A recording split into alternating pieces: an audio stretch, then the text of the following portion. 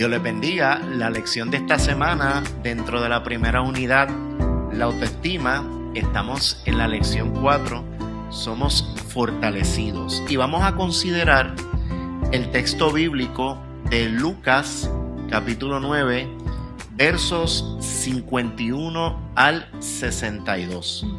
Y dentro de esta lección, nosotros vamos a observar 4 instancias que las vamos a ir discutiendo cada una, Raquel y yo, que tienen que ver con nuestro Señor y cómo Él lidiaba con situaciones dentro de su ambiente, del grupo de los discípulos y más allá.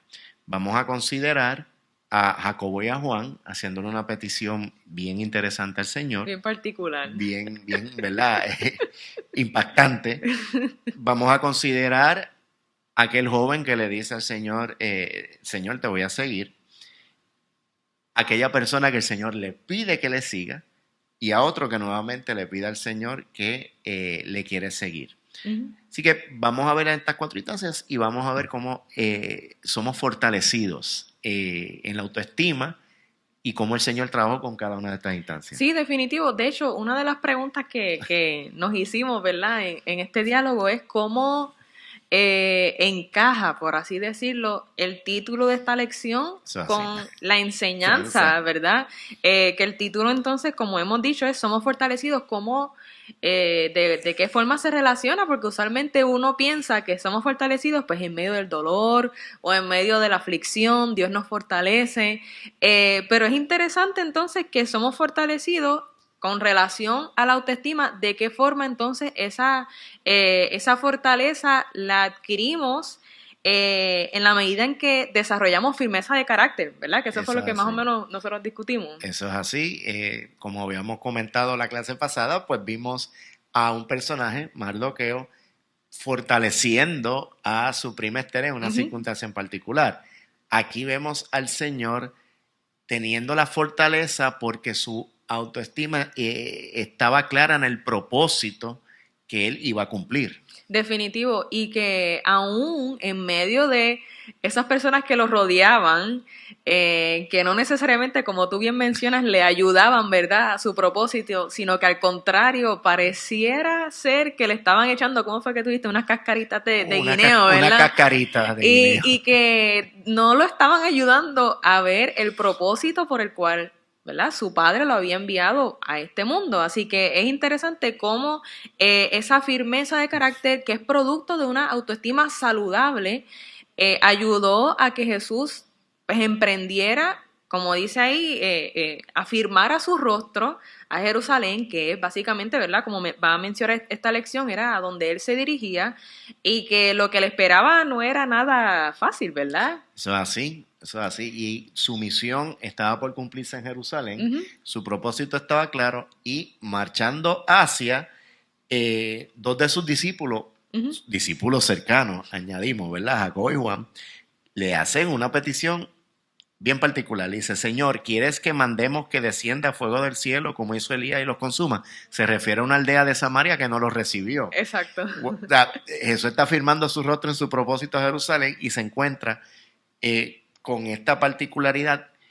¿De qué manera vemos a Jesús con la fortaleza en su carácter para afirmar el propósito que Dios le encomendó hacer? No, y que definitivo la respuesta que Él le da, de alguna manera u otra, yo pienso que hace hasta cuestionar a estos discípulos de que realmente yo conozco a Jesús, o sea, cuál es el carácter de Jesús ante esta situación, y que definitivamente Jesús le dice, mira, esto no va de acuerdo al propósito de mi Padre, o sea, no se desvíen su mirada, o sea, afirmen su mirada tanto como yo la estoy afirmar, afirmémosla juntos, ¿verdad?, al propósito que vamos dirigiéndonos. ¿Cuál entonces sería el segundo encuentro, verdad? El segundo encuentro es bien interesante. Yo le había comentado a Raquel que esto vendría a ser como una especie de un grupo y una persona que lo sigue y le dice, Jesús, te seguiré a donde quiera que vaya. Una declaración contundente, ¿verdad? Contundente, porque es prácticamente voy a estar contigo, te voy a seguir, y es el anhelo de nosotros con respecto al Señor.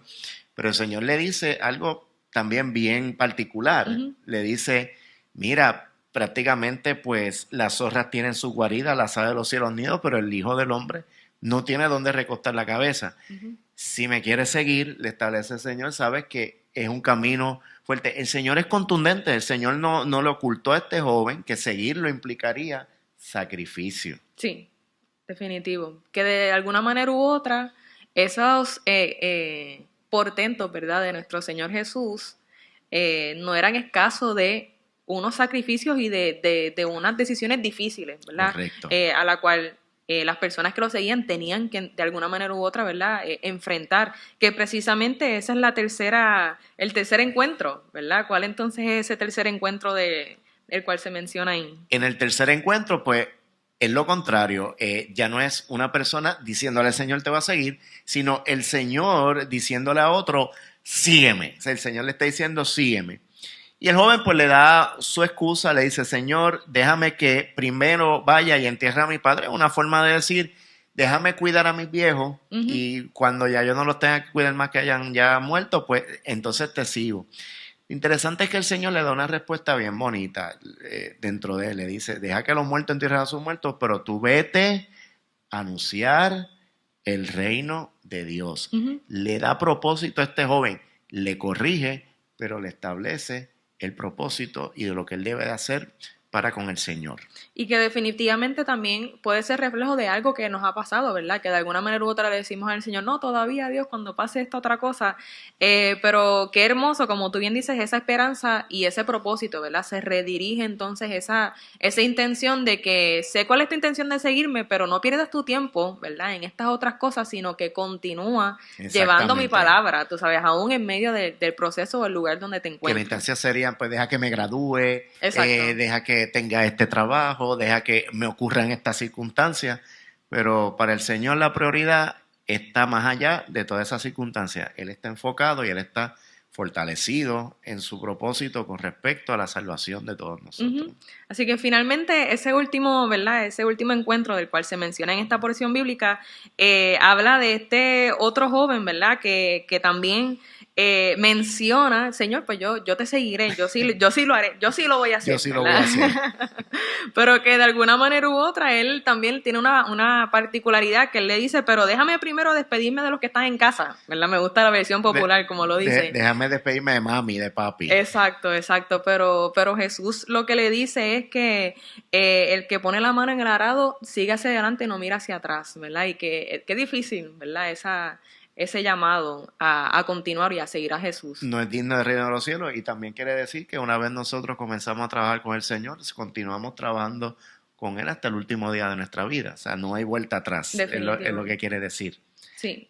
Que de alguna manera u otra nos pone a pensar entonces de dónde estriba, ¿verdad?, esa firmeza de carácter de Jesús, que como nosotros hablamos, Él no ponía, ¿verdad?, en un segundo plano que los discípulos eran sus amigos, sino aún con sus amigos fue tan firme y tan contundente como lo fue en su respuesta.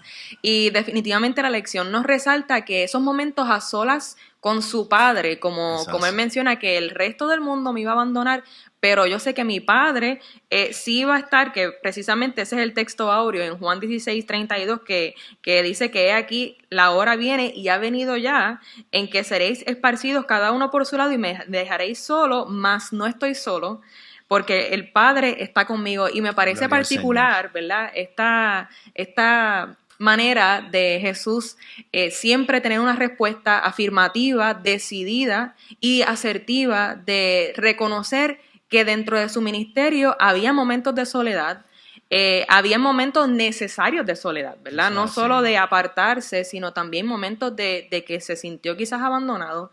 Pero esto me parece interesante porque nos recuerda que hay procesos en nuestra vida que Dios nos invita a pasarlos solos con Él, ¿verdad? Exactamente. Habíamos discutido que en este tiempo pandémico que hemos vivido, mucha gente ha pasado tiempo a solas, pero el tiempo a solas con el Señor no depende de las pandemias, depende de que nosotros nos retiremos con Él, estemos con Él y dependamos de Él. Y ahí somos fortalecidos. Eso es así que definitivamente esa firmeza de carácter de Jesús es fruto de esos tiempos de intimidad con su Padre, quien es el que lo fortalece, el que afirma su rostro, el que lo dirige a cumplir su propósito hermoso y que es un propósito de salvación y que hoy día podemos gozar y disfrutar y de hecho seguir aprendiendo y hablando de él. Así que esperamos que esta lección les sea de mucha bendición. Dios les bendiga.